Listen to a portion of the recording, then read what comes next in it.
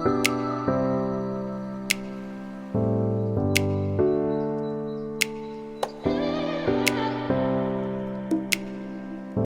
Everyone, स्वागत है आपका इस वीडियो में। आज की क्लास में हम बात करेंगे क्लास 12 की बायोलॉजी के अंतर्गत। हम लोग पढ़ रहे थे क्लास 12 के भाग 12 को पढ़ लिए। आज हम पढ़ेंगे भाग 13 में। भाग 13 के अंतर्गत हम लोगों को पढ़ना है पराग और पराग अंडक पारस्परिक क्रिया, है ना। पॉलन पिस्टिल इंटरेक्शन की विधि पढ़ेंगे, यानी जो है निषेचन की विधि पढ़ेंगे। इससे पहले जो है हम लोग बात कर लिए थे पिछले वीडियो में पराग कण का निर्माण कैसे होगा, यानी कि निषेचन पूर्व अवस्था के बारे में हम लोगों ने पढ़ा था। निषेचन पूर्व अवस्था में पराग कण का निर्माण कैसे होगा, परागण की विधि कैसे होगी, इन सभी चीज़ों को हमने डिटेल में पढ़ लिया है। अब इस वीडियो के अंतर्गत हम लोग पढ़ेंगे पराग कण अंडक पारस्परिक क्रिया, यानी pollen pistil interaction. Pollen pistil interaction का मतलब क्या हुआ कि पराग कण जो है वर्तिकाग्र के माध्यम से होते हुए बीजांड के रास्ते से कैसे बीजांड के अंदर प्रवेश करेगा परागकण, इसी विधि को बोलते हैं क्या, पॉलन पिस्टिल इंटरेक्शन। क्या बोलेंगे, पॉलन पिस्टिल इंटरेक्शन। इसमें हम लोग ने पढ़ा था कि एक पुष्प से परागकण निकलकर उसी जाति के किसी दूसरे पुष्प के ऊपर जो है वर्तिकाग्र के ऊपर परागकण पहुंचते हैं। अब ये ध्यान रखिएगा कि यहाँ पर सेम जाति के ही परागकण जो है पहुंचते हैं, लेकिन अगर दूसरी जाति के परागकण दूसरी जाति के पुष्प पे अगर परागकण पहुंच जाए, है ना, मतलब दोनों सेम जाति के ना हो, परागकण और जो है वर्तिकाग्र, है ना, मतलब अंडक, तो इसमें जो है असंजनन की प्रक्रिया भी हो जाती है। मतलब परागण की प्रक्रिया पूरी तरह से कंप्लीट नहीं होगी। कभी कभी क्या होता है, पॉलन ट्यूब का भी निर्माण हो जाता है, लेकिन पूरी तरह से परागण की प्रक्रिया संभव नहीं हो पाती है। लेकिन दोनों ही सेम जाति के हों, है ना, यानी परागकण भी और जो है वर्तिकाग्र जो मादा युग्मक भी बन रहे हैं, तो परागण की क्रिया पूरी तरह से कंप्लीट होती है। तो इसी चीज़ों को हम लोग समझेंगे इस वीडियो के अंतर्गत। तो हम लोग देखेंगे, पहले हम समझेंगे कि परागण निषेचन की प्रक्रिया क्या होती है। ध्यान से समझिएगा, निषेचन की प्रक्रिया क्या होती है। निषेचन का मतलब ये होता है कि नर युग्मक, है ना, नर युग्मक और मादा युग्मक, नर युग्मक और मादा युग्मक का संलयन, दोनों का क्या हो, संलयन, है ना, संलयन हो। इसी प्रक्रिया को क्या बोलते हैं, तो निषेचन की प्रक्रिया बोलेंगे, फर्टिलाइजेशन की प्रक्रिया बोलेंगे। अब नर युग्मक का मादा युग्मक के ऊपर ही पहुंचना, यानी वर्तिकाग्र तक पहुंचना ही परागण की प्रक्रिया कहलाती है। तो कैसे ये पहुंचेंगे, है ना, नर युग्मक कैसे मादा युग्मक के पास पहुंचेगा, इसी प्रक्रिया को हम लोगों को इस वीडियो के अंतर्गत जो है हमें पढ़ना है। तो समझेंगे कि मादा युग्मक का निर्माण कैसे हुआ, ये सारी चीज़ें पढ़ लिए हैं। अब समझेंगे कि कैसे इसका डेवलपमेंट होगा, है ना, परागकण का डेवलपमेंट कैसे होगा और बाकी चीज़ों का देखते चलिएगा। इसमें जैसे समझेंगे कि ये हमने एक जो है स्त्री केसर की संरचना बनाई, ठीक है, ध्यान से समझते चलेंगे, बिल्कुल सीक्वेंस बाय सीक्वेंस सभी चीज़ों को आपको कवर कराते हुए चल रहे हैं, है ना। तो थोड़ा सा डायग्राम जो है बड़ा बनाएंगे तो ही समझ में आएगा ज़्यादा, है ना। इसी के अंदर क्या पाए जाते हैं, तो बीजांड, है ना, इसी के अंदर क्या होते हैं, तो बीजांड, ठीक है, ओव्यूल की संरचना, है ना। तो समझिएगा, इसी के अंदर क्या होता है, तो भ्रूण कोश होता है। ये ये जो है इसी में हमने बना दिया यहाँ पर जो है एंथर। इसी में निर्माण किसका होगा, तो परागकण का निर्माण होगा। इसी के अंतर्गत किसका निर्माण होगा, परागकण का, है ना। अब ये जो परागकण जब परिपक्व हो जाएंगे, यानी जो पराग कोश है परिपक्व हो जाता है, तो किस लेयर से फटता है, तो स्टोमियम वाले लेयर से ये क्या होते हैं, फट जाएंगे। स्टोमियम वाले लेयर से फटेंगे तो इसमें परागकण क्या होंगे, बाहर निकल आएंगे, परागकण बाहर निकल आएंगे। तो ये पहुंचते हैं कहाँ पर, वर्तिकाग्र के ऊपर। परागकण कहाँ पहुंचते हैं, वर्तिकाग्र के ऊपर। हम लोगों ने परागकण की संरचना भी पढ़ा था, ये कितने लेयर की बनी है, तो 2 लेयर की बनी हुई संरचना होती है ना। और जगह जगह पर जर्म पोर्स होते हैं, है ना, जर्म पोर्स होते हैं जिससे पराग नलिका का निर्माण होती है। अंतःचोल और बाह्यचोल 2 लेयर होते हैं परागकण के ऊपर। जब परागकण स्फुटित होती है यहाँ से, तो द्विकेंद्रकीय अवस्था में होती है। इसमें 2 केंद्रक होते हैं, एक वर्धी केंद्रक और एक जनन केंद्रक। एक कैसे केंद्रक होंगे, तो वर्धी केंद्रक, है ना, वर्धी केंद्रक, और बीच नहीं, यहाँ पर जो है जनन केंद्रक। 2 केंद्रक होते हैं, एक वर्धी केंद्रक और कैसे होंगे, जनन केंद्रक। और इसके अंतःचोल से किसका निर्माण होता है, तो पॉलन ट्यूब का निर्माण होगा। किसका निर्माण होगा, पॉलन ट्यूब का, पराग नलिका का, है ना। इसी से किसका निर्माण होगा, यहीं से निर्माण होना शुरू होता है, किसका, तो पॉलन ट्यूब का, पराग नलिका की संरचना बनने शुरू होती है, अंतःचोल से यहाँ से बनती है। जैसे ये पराग नलिका की संरचना बनेगी, ये जो केंद्रक है ना, वर्धी केंद्रक और जनन केंद्रक, पहले वर्धी केंद्रक को पहुंचाया जाएगा, फिर जो है जनन केंद्रक को अंदर भेजा जाता है। ठीक है, अब ध्यान से समझेंगे ये क्या है, वर्धी केंद्रक, वर्धी केंद्रक है ना।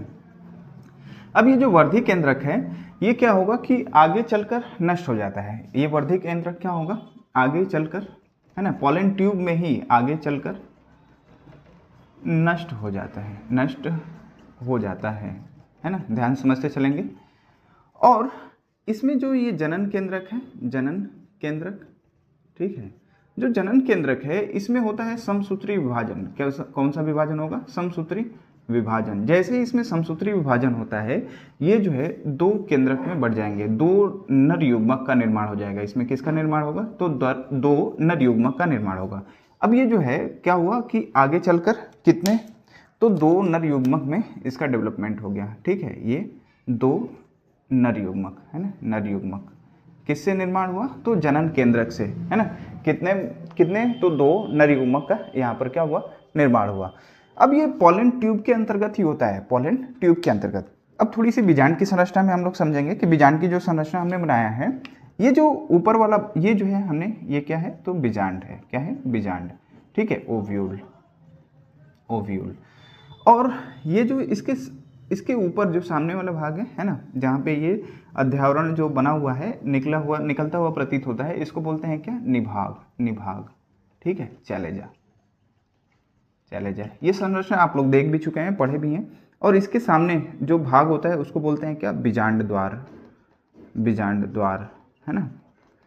और ये वाला भाग जो होता है उसको बोलते हैं अध्यावरण। दो अध्यावरण होते हैं, बाह्य अध्यावरण और अंतः अध्यावरण। यह संरचना किसकी है, तो अध्यावरण की, है ना।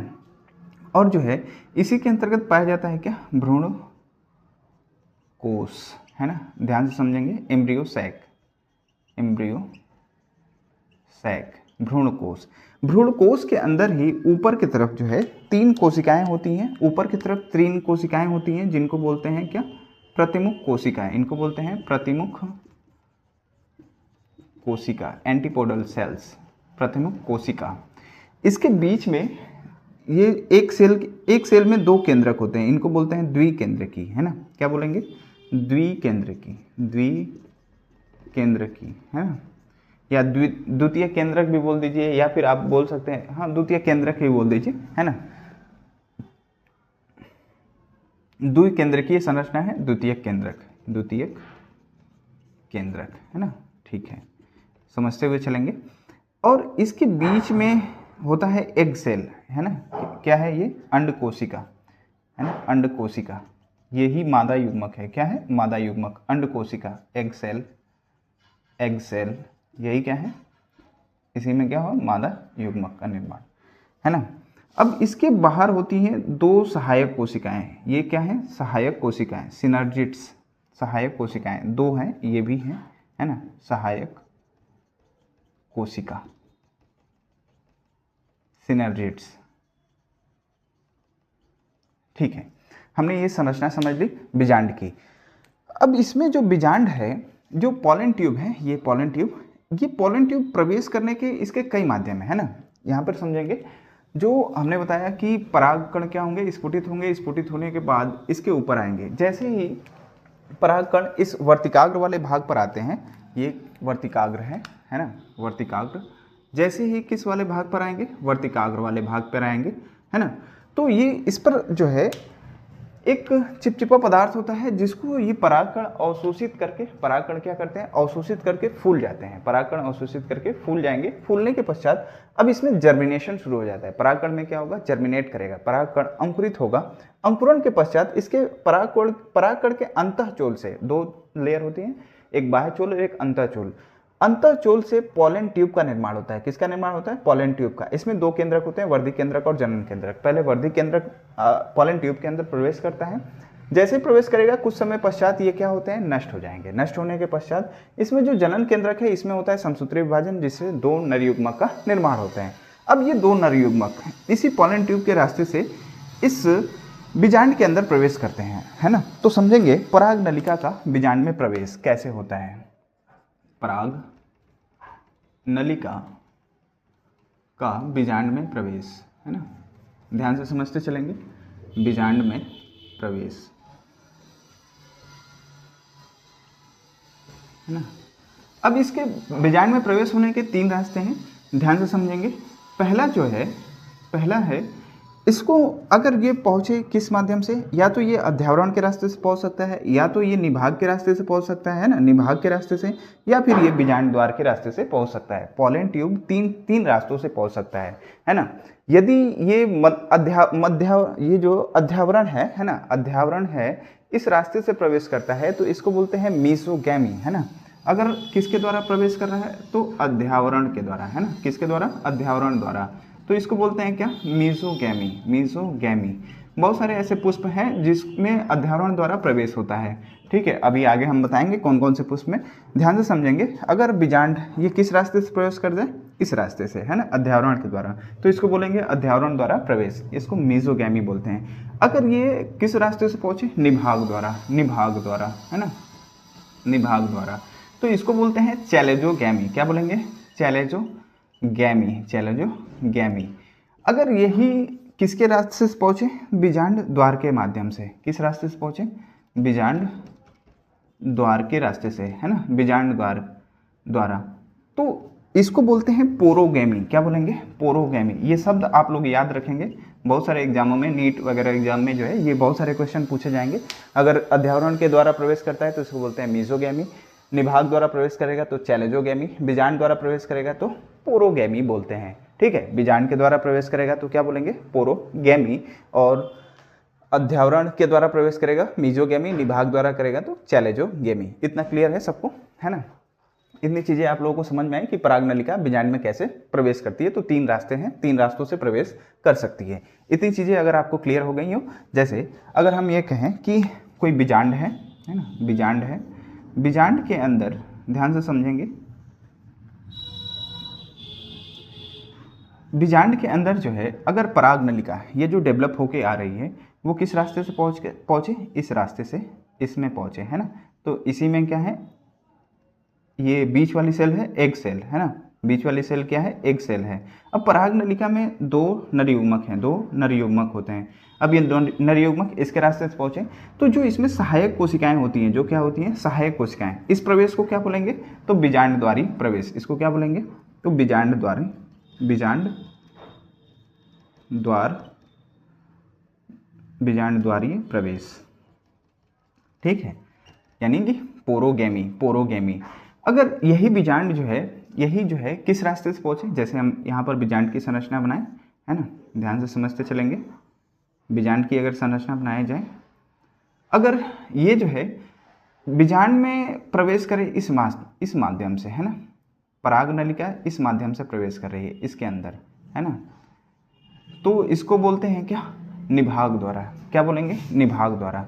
अगर बीजांड के अंदर परागनलिका इस माध्यम से पहुंच रही है, ध्यान से समझेंगे, यहाँ से, है ना, इस वाले रास्ते से प्रवेश कर रही है इसमें, है ना, तो इसको क्या बोलेंगे, अध्यावरण द्वारा प्रवेश। क्या बोलेंगे, अध्यावरण द्वारा प्रवेश, ठीक है, अध्यावरण द्वारा प्रवेश। अब तीनों हमने समझा दिया डायग्राम के माध्यम से भी कि बीजांड द्वारी प्रवेश कैसे होगा, है ना, और निभाग द्वारा प्रवेश कैसे होगा, और अध्यावरण के द्वारा प्रवेश कैसे होगा। ये तीनों चीज़ें आप लोगों को क्लियर हो गई होंगी, है ना। अब समझेंगे कि ये प्रवेश जो हो रहे हैं ये इनमें नरयुग्मक कैसे पहुंचेंगे और कैसे निर्माण होगा। तो जहाँ पर एक सहायक कोशिकाएं, ये सहायक कोशिकाएं क्या करती हैं, जो पोलन ट्यूब है इसका पथ प्रदर्शन करने का कार्य करती है, जिससे ये नर युग्मक मादा युग्मक से मिल सकें, संलयित हो सकें, है ना, इसका निर्माण करती हैं। अब ध्यान से समझेंगे यहाँ पर कि अगर ये जो फर्टिलाइजेशन की प्रक्रिया है, जो ये नर युग्मक आ रहे हैं, नर युग्मक आ रहा है यहाँ से, इस रास्ते से मान लीजिए प्रवेश कर रहा है इसके अंतर्गत, है ना, इस रास्ते से प्रवेश कर रहा है, इस बीजांड के अंदर, बीजांड द्वार के रास्ते से प्रवेश कर रहा है। तो जो ये नर युग्मक हैं ये दोनों इसमें आ जाएंगे, दोनों क्या होंगे, इसके अंदर बीजांड में प्रवेश कर जाएंगे, है ना।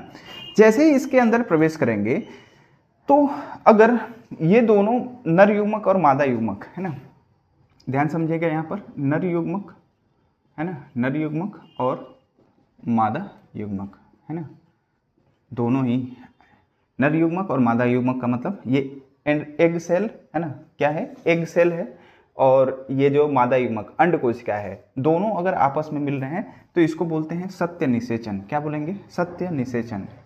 सत्य निषेचन, ट्रू फर्टिलाइजेशन, सत्य निषेचन, ट्रू फर्टिलाइजेशन, फर्टिलाइजेशन। इसी प्रक्रिया को क्या बोलते हैं? ये नर युग्मक किसके साथ प्रवेश कर जाए? मादा युग्मक के साथ। इसके साथ, दोनों के साथ जो है नर युग्मक और मादा युग्मक दोनों क्या हो जाए? संलयित हो जाएं आपस में, तो इसको बोलेंगे क्या? सत्य निषेचन, ट्रू फर्टिलाइजेशन। इसी को बोलते हैं संयुग्मन। इसी प्रक्रिया को क्या बोलते हैं? तो संयुग्मन भी बोलते हैं, संयुग्मन, है ना, संयुग्मन। ठीक है, संयुग्मन। संयुग्मन को ही बोलते हैं सिंगैमी। क्या बोलते हैं? Syngamy, syngamy. ठीक है, इस प्रोसेस को बोलते हैं क्या? संयुग्मन की प्रक्रिया। अब इसके अंतर्गत एक और है नर युग्मक। ये नर युग्मक अगर ये द्वितीयक केंद्रक के साथ मिल जाए, किसके साथ? नर युग्मक किसके साथ मिल जाए? द्वितीयक केंद्रक के साथ, द्वितीयक केंद्रक के साथ मिल जाए। जब दोनों ये नर युग्मक और द्वितीयक केंद्रक एक साथ मिलेंगे तो ये तो होता है 2n। ये किस प्रकार का है? 2n, क्योंकि ये दो पहले से ही केंद्रक हैं और एक केंद्रक और मिल जाए तो यहाँ पर ये त्रिसमेकन की प्रक्रिया होती है। कौन सी प्रक्रिया होगी? तो त्रिसंलयन की प्रक्रिया, है ना, त्रिसंलयन इसको बोलेंगे, त्रिसंलयन, है ना, या त्रिसमेकन बोलेंगे। क्या बोलेंगे? त्रिसंलयन या त्रिसमेकन, है ना, ट्रिपल फ्यूजन। यहाँ पे समझेंगे, इसको बोलेंगे ट्रिपल, त्रिसमेकन, ट्रिपल फ्यूजन, ट्रिपल फ्यूजन। ठीक है, इतनी बात समझ में आई? ट्रिपल फ्यूजन यानी त्रिसमेकन। और ये जो केंद्रक बनेंगे ये 2n है और ये क्या है? n है। दोनों मिलकर 3n संरचना बनाते हैं। कैसी संरचना बनाएंगे? 3n, यानी ट्रिप्लॉयड स्ट्रक्चर बनेगा यहाँ पे। जब ये दोनों मिलेंगे, ये नर युग्मक और मादा युग्मक मिलेंगे तो निषेचन की प्रक्रिया होगी, एम्ब्रियो का डेवलपमेंट होगा, मतलब भ्रूण का निर्माण होगा। अब यहाँ पर जब नर युग्मक और द्वितीयक केंद्रक मिलते हैं, जब नर युग्मक ये और ये द्वितीयक केंद्रक मिलेंगे आपस में, तो इससे जो निर्माण होता है उसको बोलते हैं हम लोग क्या? भ्रूणपोष। यहाँ पे ध्यान समझिएगा, भ्रूणकोष और भ्रूणपोष में अंतर है। भ्रूणकोष और भ्रूणपोष, इसको बोलेंगे क्या? भ्रूणपोष, है ना। ये भ्रूणपोष का निर्माण कैसे होता है?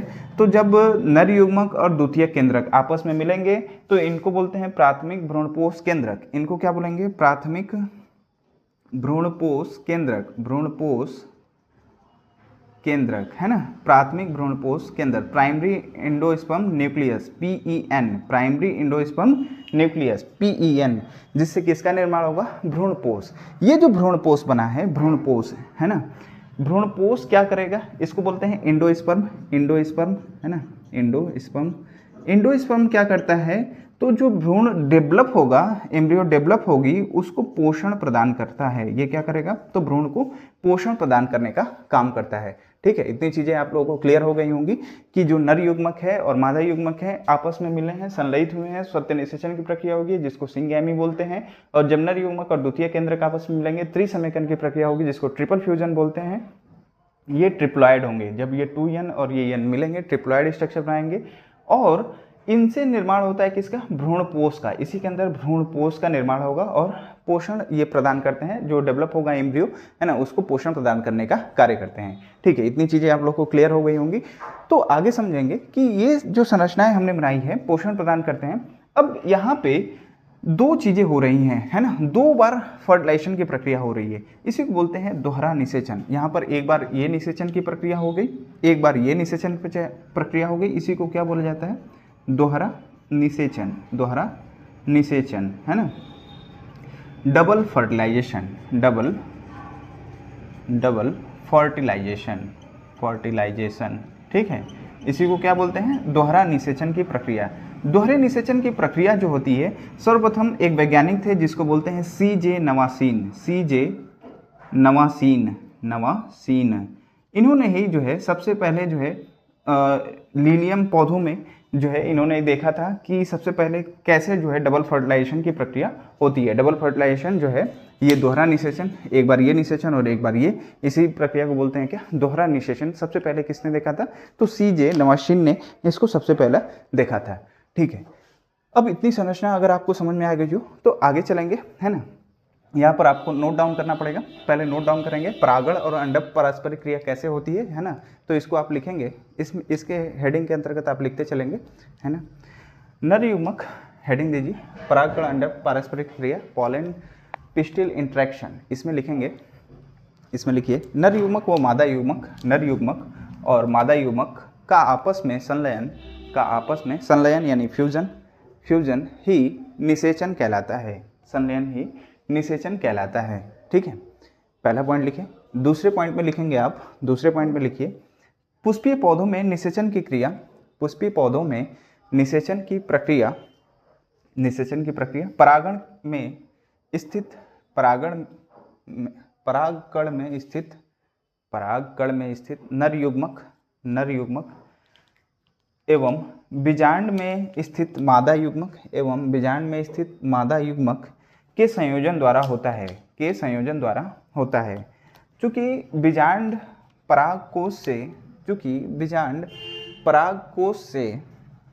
परागकोश के सीधे संपर्क में नहीं होता, अतः परागकोश से परागकण परागण की क्रिया द्वारा वर्तिकाग्र पर पहुँचते हैं और परागण की वर्तिकाग्र पर इनका अंकुरण होता है। ठीक है, इतनी बातें आप लोग लिख लिए। तो अब आगे हेडिंग लेंगे परागकण का वर्तिकाग्र पे अंकुरण। हेडिंग दीजिए परागकण का वर्तिकाग्र पर अंकुरण। ठीक है, germination of pollen grains on stigma, इसमें लिखेंगे पॉइंट वाइज लिखिएगा। पहले पॉइंट में लिखेंगे परागकण पुष्प के वर्तिकाग्र पर पहुंचकर वहां पर उपस्थित शर्करा युक्त यानी कि इसके ऊपर जो है शर्करा का जो है लेयर होता है, शर्करा युक्त पदार्थों को अवशोषित करके फूल जाते हैं और अपना अंकुरण प्रारंभ करते हैं। ठीक है, आगे नेक्स्ट पॉइंट से लिखेंगे। नेक्स्ट पॉइंट में लिखेंगे अंकुरण के दौरान परागकण का अंतःचोल बाह्य चोल पर स्थित जनन छिद्र से एक परागनलिका का निर्माण होता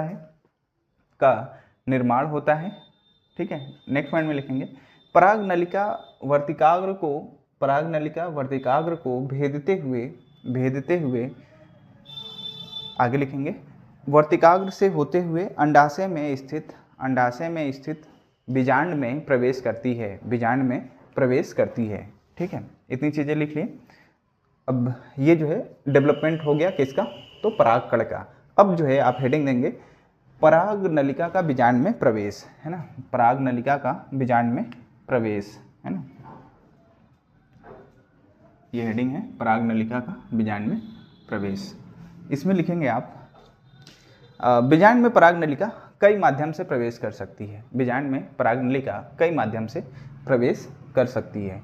ठीक है, पहला हेडिंग देंगे, पहला हेडिंग दीजिए अध्यावरण द्वारा। पहला हेडिंग देंगे अध्यावरण द्वारा, ये इसको बोलते हैं अध्यावरणीय प्रवेश।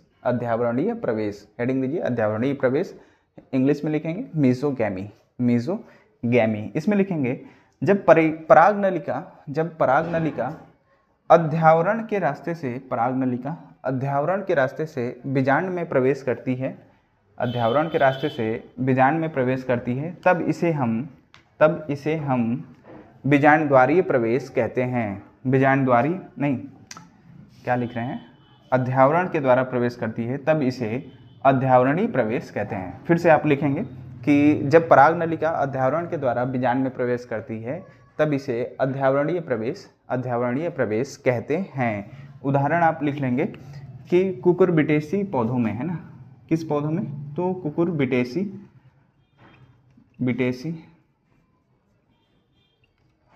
कुल के पौधों में है ना, ऐसा प्रवेश देखने को मिलेगा कुकुरबिटेसी कुल के पौधों में। दूसरा हेडिंग देंगे निभाग द्वारा, दूसरी हेडिंग दीजिए निभाग द्वारा। जब पराग नलिका निभाग के द्वारा बीजांड में प्रवेश करती है, निभाग के द्वारा बीजांड में प्रवेश करती है, तब इसे बोलते हैं चैलेजोगैमी, तब इसे कहते हैं चैलेजोगैमी, है ना, यानी निभाग द्वारी प्रवेश। इसमें उदाहरण लिखेंगे कि इसमें देखने को मिलता है लीली में, है ना, निभाग द्वारी प्रवेश किस में देखने को मिलता है, लीली में, ठीक है, लीली, उदाहरण लिख लेंगे लीली। तीसरा लिखेंगे बीजांड द्वारीय प्रवेश, बीजांड द्वारीय प्रवेश, है ना, इसको बोलते हैं पोरोगैमी। इसमें लिखेंगे जब पराग नलिका बीजांड द्वार के माध्यम से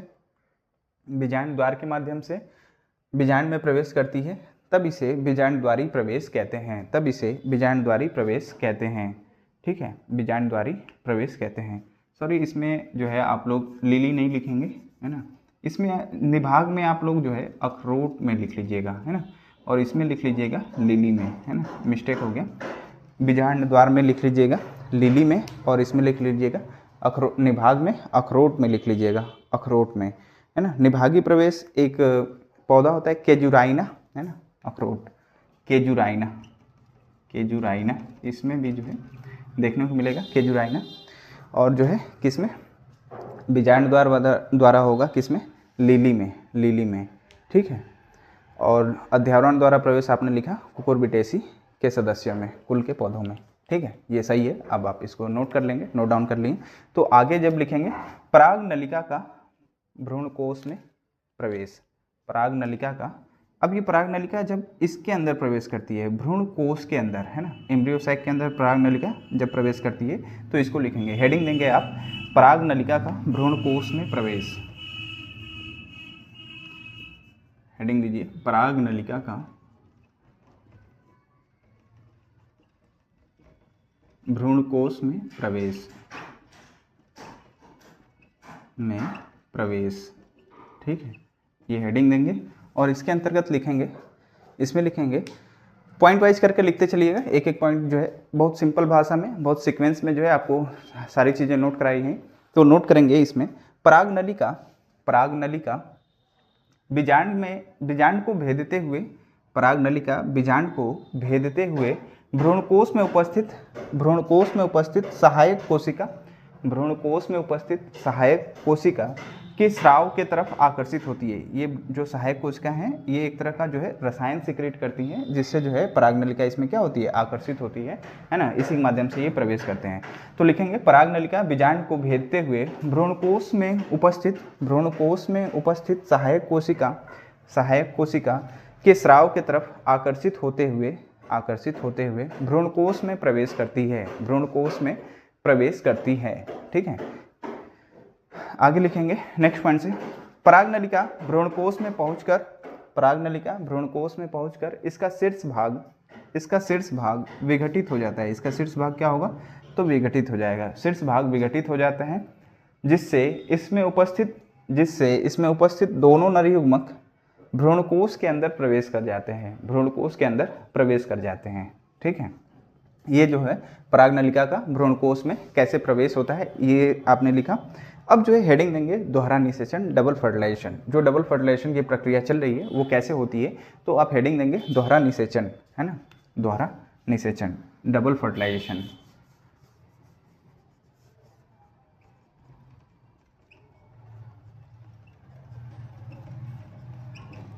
डबल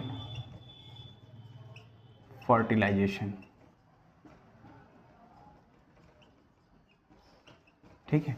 इसमें लिखेंगे दोहरा निषेचन में लिखेंगे कि इसकी खोज सीजे नवाशीन ने सन 1898 है ना, 1898 ईस्वी लिखते चलिएगा, सन 1898 ईस्वी में लीलियम और फ्रिटिलेरिया, यहाँ पर लिखेंगे लीलियम और